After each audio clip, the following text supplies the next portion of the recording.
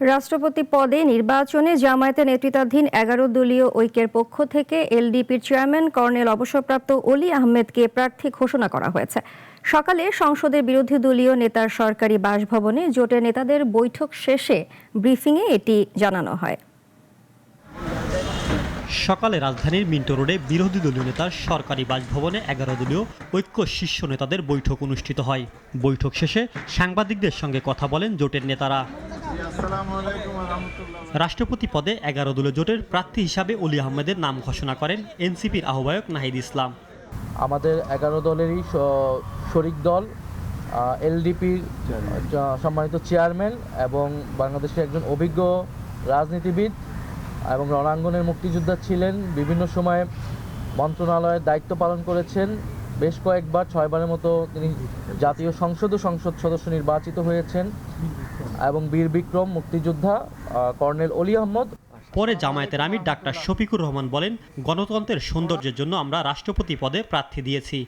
আমরা মনে করি যে সর্বক্ষেত্রে রাজনীতি স্বচ্ছ হওয়া উচিত, প্রতিদ্বন্দ্বিতামূলক হওয়া উচিত।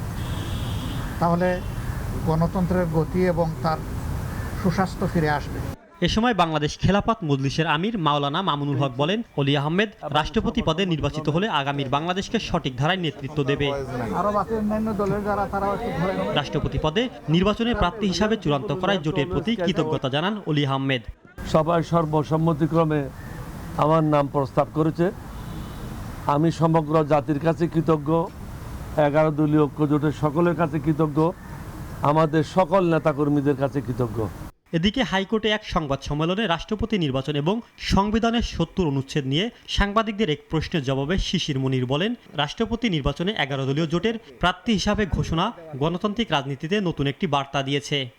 কে পাশ করবে, কে ফেল করবে যদিও সংবিধানের ৭০ অনুচ্ছেদের কারণে জানা যায়, কিন্তু রাষ্ট্রপতি যেহেতু একটা নির্বাচন, সুতরাং এখানে একটা মিনিমাম প্রতিযোগিতা থাকা উচিত। দেয়ারফর এই প্রসেসটাকে সামনের দিকে অগ্রসর করতে হবে। ইমরান শেখ, নাগরিক, ঢাকা।